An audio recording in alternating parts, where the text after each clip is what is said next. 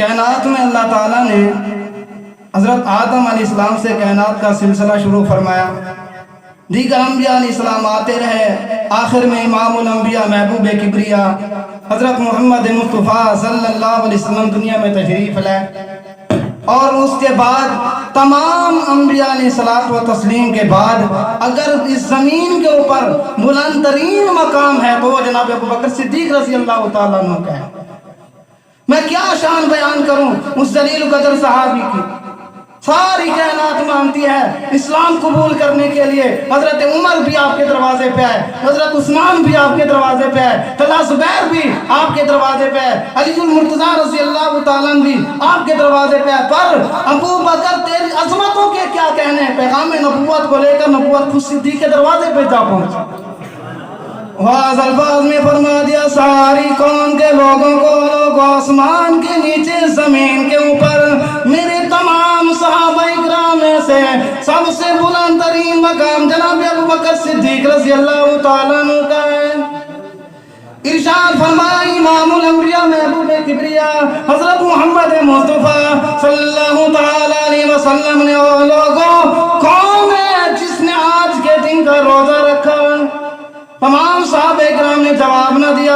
ابو بکر صدیق کھڑے ہو گئے. میرے آقا اللہ پاک نے یہ سعادت مجھ کو نصیب فرمائی. دوسری مرتبہ پھر ارشاد فرمایا امام الانبیاء محبوب کبریا حضرت محمد مصطفیٰ صلی اللہ تعالیٰ علیہ وسلم کی ذات اقدس نے اور لوگوں کون ہے جس نے آج کسی مریض کی عادت کی ہو. عادت کے متعلق ایک حدیث میں یوں بھی آتا ہے کہ جو آدمی اللہ کی رضا کے لیے کسی بیمار کی عیادت کے لیے جاتا ہے, صبح کو گیا تو شام تک, اور اگر شام کو گیا تو صبح تک 70,000 فرشتوں اس کی مغفرت کی دعا کرتے. کون سا خوش نصیب وہ آدمی ہے جس کو یہ سعادت ملی ہو. ابو بکر صدیق رضی اللہ تعالیٰ عنہ کھڑے ہو گئے. میرے آقا یہ سعادت خدا بند عالم نے مجھ کو نصیب فرمائی. تیسری مرتبہ ارشاد فرمایا مدنی کریم صلی اللہ تعالیٰ علیہ وسلم نے اور لوگوں کون ہے جس نے آج کسی مسکین کو پیٹ بھر کے کھانا کھلایا. پھر بھی ابو بکر صدیق رضی اللہ تعالیٰ کھڑے ہو گئے. یا رسول اللہ صلی اللہ تعالیٰ علیہ وسلم یہ سعادت اللہ تعالیٰ نے مجھ کو نصیب فرمائی. آخری مرتبہ ارشاد فرمایا تیرے نبی میرے نبی ساری کائنات کے نبی امام الانبیاء محبوب کبریا حضرت محمد مصطفیٰ صلی اللہ تعالیٰ علیہ وآلہ وسلم کی ذات اقدس نے اور لوگوں کون ہے جس نے آج کسی کے نماز جنازہ میں شرکت کی ہو. نماز جنازہ کے متعلق بھی حدیث میں آتا ہے جو آدمی اللہ کی رضا کے لیے کسی مسلمان کا نماز جنازہ پڑھتا ہے اللہ پاک اس کے پچھلے گناہوں کو معاف فرما دیتے ہیں.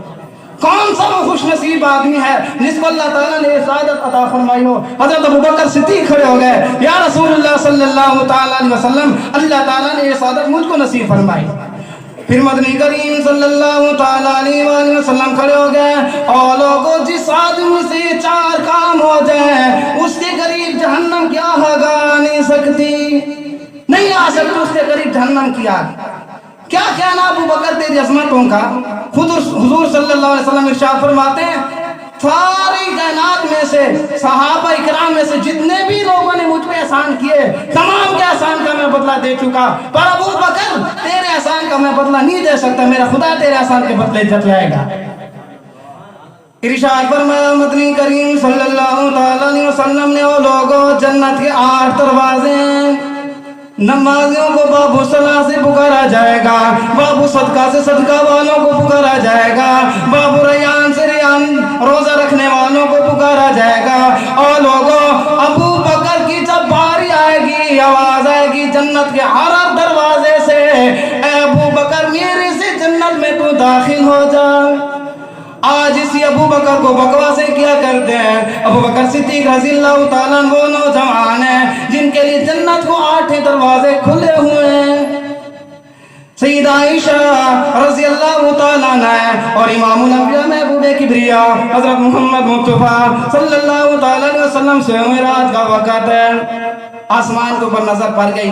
سیدہ عائشہ رضی اللہ تعالیٰ عنہ کی عرض کیا یا رسول اللہ صلی اللہ علیہ وسلم کیا ان آسمان کے ستاروں سے بھی زیادہ کسی کی نیکیاں ہیں؟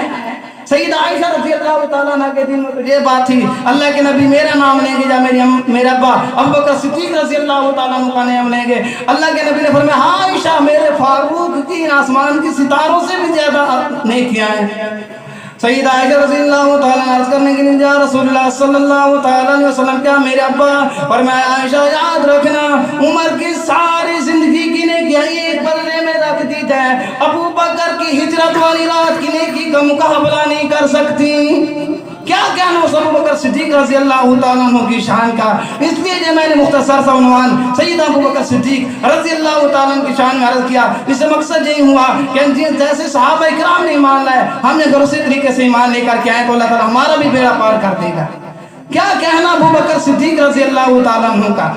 17 نمازیں ہیں جو مدنی کریم صلی اللہ علیہ وسلم کی مسجد نبوی میں نبی کے ہوتے ہوئے ابو بکر صدیق نے مسجد نبوی میں امام صلی امام پہ کھڑے ہو کے نماز ادا فرمائی. تو یہ میں نے مختصر سا عنوان عرض کر دیا. تو اللہ تعالی ہم سب کو بھی صحابہ اکرام کا بھی اور مدنی کریم صلی اللہ علیہ وسلم کے ابو بکر صدیق رضی اللہ تعالیٰ عنہ کا بھی خادم اور غلام بنائے, اہل بیت کا بھی خادم اور غلام بنائے. سبق یہی ملتا ہے کہ ہم لوگ بھی اگر صحابہ اکرام والی زندگی کی طرف اپنائیں گے تو اللہ تعالی ہمیں دنیا میں بھی کامیاب کر دیں گے, آخرت میں بھی ہماری کامیابی نصیب ہوگی. وآخر دعوانا ان الحمد للہ رب العالمین.